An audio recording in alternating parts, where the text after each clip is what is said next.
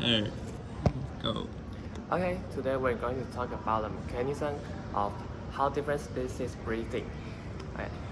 We will introduce the species from amphibian to bird to human. Okay, let's look at the amphibian. How an amphibian breathes. An amphibian, like a frog, is ventilated by positive pressure breathing. What is positive pressure breathing?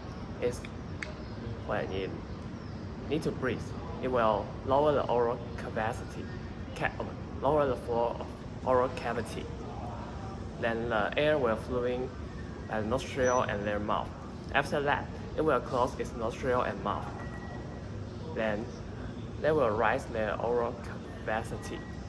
Then the air will be pushed into their lungs. And when it needs to exhaust, it will rely on the elastic recoil of their lungs. And like a frog, it has a breathing cycle.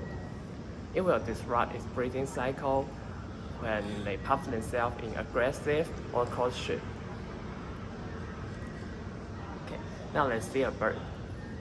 The biggest feature of a bird is it has an air sac. Air sac will act like the pump to push air into the lung or push it out.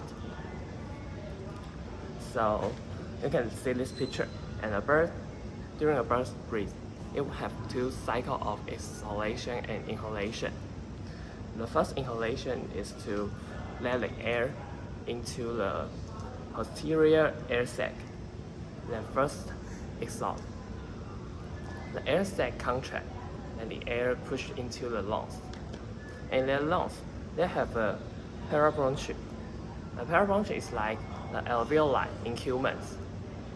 So it's the gas exchange surface.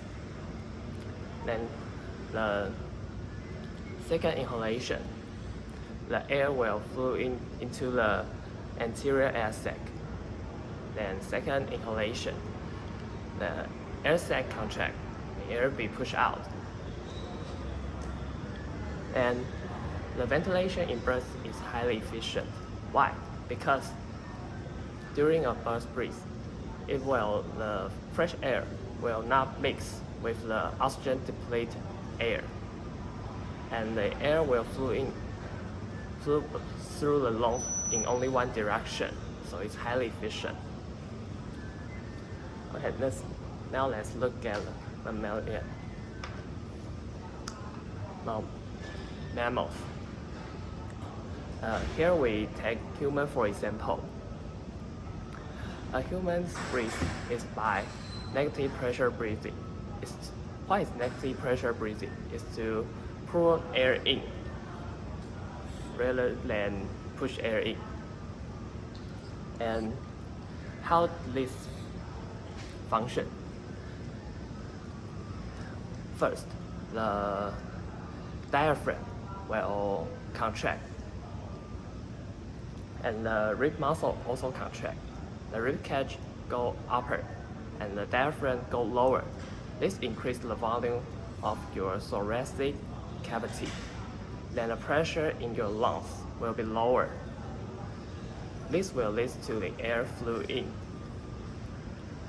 And this is energy consumed because you need to contract your muscle, so you will consume energy.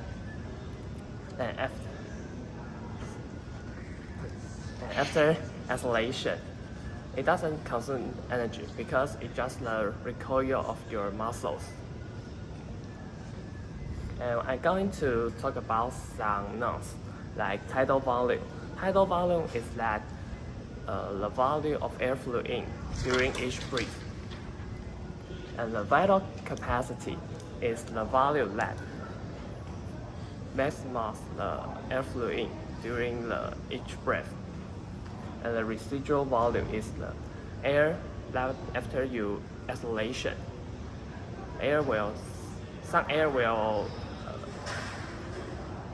remain in your lungs. Okay, that's today's class.